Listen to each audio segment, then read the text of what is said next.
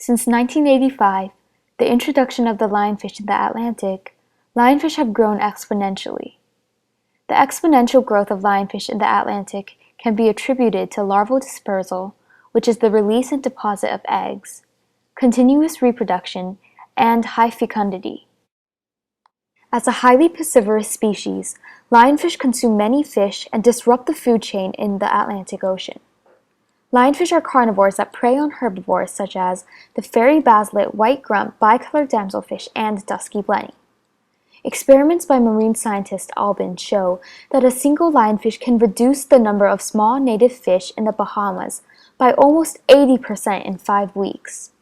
Through preying on native fish species, lionfish also reduce coral reef biodiversity in the Atlantic, as coral reefs depend on specific species like parrotfish for their ecological systems. Parrotfish feed on seaweed and macroalgae, and without parrotfish, the overgrowth of the seaweed and macroalgae would result in the smothering of coral reefs.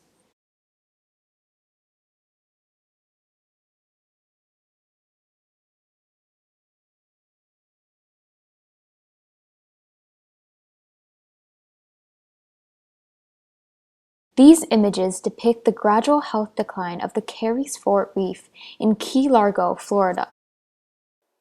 Not only do lionfish reduce native fish species and cause the smothering of coral reefs in the Atlantic, they also disrupt the food web. Though lionfish are carnivores, they are generally classified as mesopredators, a medium-sized and medium trophic level predator, but this is changing. Top predators would generally include sharks and groupers, yet groupers generally avoid healthy lionfish to prey on smaller fish due to the venomous spines of lionfish. In multiple studies, lionfish were placed in tanks with groupers, but groupers, generally considered a larger predator, avoided these lionfish.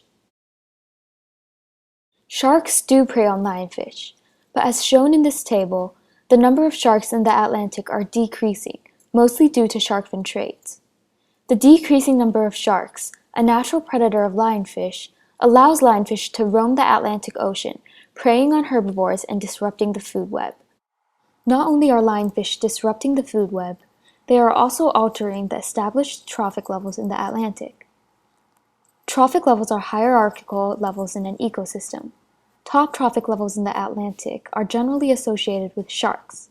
However, as mentioned before, due to the dwindling number of sharks in the Atlantic, lionfish have started to emerge as a top carnivore in the top trophic level. This image depicts the food web in the Atlantic, organized vertically through trophic levels, with top predators at the top of the figure and primary producers at the bottom of the figure. As seen in the image, the green node represents sharks. Prior to the introduction of lionfish in the Atlantic, sharks were apex predators. However, after the lionfish invasion, lionfish have become the apex predator. The introduction of the lionfish has changed the food web and trophic levels in the Atlantic. Lionfish also impact economies that rely on tourism and recreational activities. Diving, on its own, brings $2.1 billion to countries in the Caribbean. Hotels, diving centers, restaurants, and the employees in these areas rely on tourists. This table shows the decline in the tourism industry in the Caribbean from 2000 to 2013. Though the tourism industry is not certain what caused the decline, there may be correlation between the lionfish invasion and the decrease in tourism. The decrease in native fish species and reduction in coral reef biodiversity may turn tourists away from areas in the Atlantic to other destinations. The venomous spines of lionfish also make diving dangerous for humans, another possible cause for the decreasing number of tourists in the Atlantic.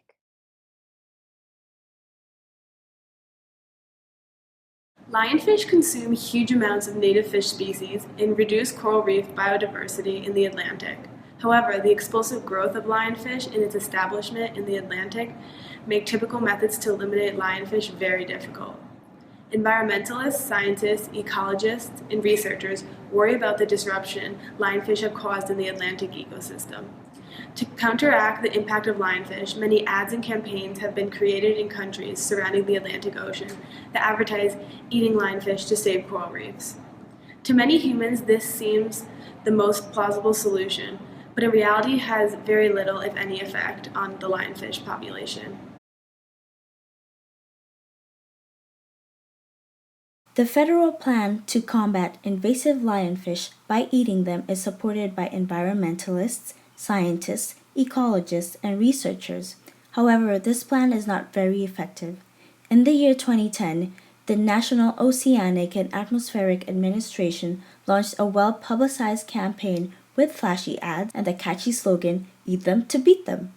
The Reef Environmental Education Foundation has also released multiple copies of the Lionfish Cookbook, which includes 45 recipes on how to cook lionfish. The cookbook also includes tips on how to handle the creature's venomous spines. Although eating lionfish seems like the tastiest and most plausible solution to the lionfish invasion, health experts are becoming concerned with this solution because of ciguatera fish poisoning. Ciguatera fish poisoning is an illness caused by eating fish that contain toxins produced by marine microalgae called Gamberdiscus toxicus. Though there are many claims that lionfish are only venomous and not poisonous, only harmful when touched, many experiments prove that ciguatera fish poisoning is a possibility that comes with eating lionfish. In an experiment done in 2010, the Food and Drug Administration tested 194 lionfish. Of the fish tested, 42% showed detectable levels of ciguatoxin and 26% were above the FDA's illness threshold of 0.1 parts per billion. People with ciguatera fish poisoning can suffer from nausea, vomiting, and neurological symptoms such as tingling fingers or toes. In fact, people with ciguatera fish poisoning may also lose their sense of touch as cold things feel hot and hot things feel cold to them. There are no medical cures for ciguatera fish poisoning. In fact, the victim usually has to sit and just wait for the symptoms to fade away.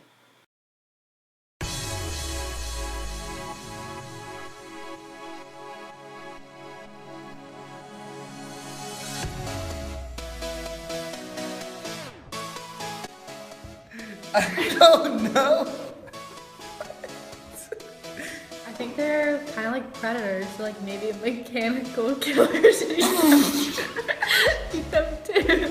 So Jackie would like to implement RoboCops into the senior section. No, I'm kidding. Vote RoboCops 2016. Thanks, friends. I don't know. I think like Cut it. people should tell them they're creepy. Cut. Like next year he'd Cut. be he'd be one of those creepy Cut. seniors who would sit in this depression. Cut.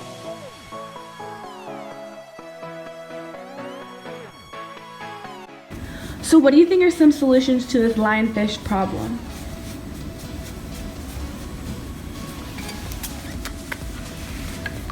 What's the problem here?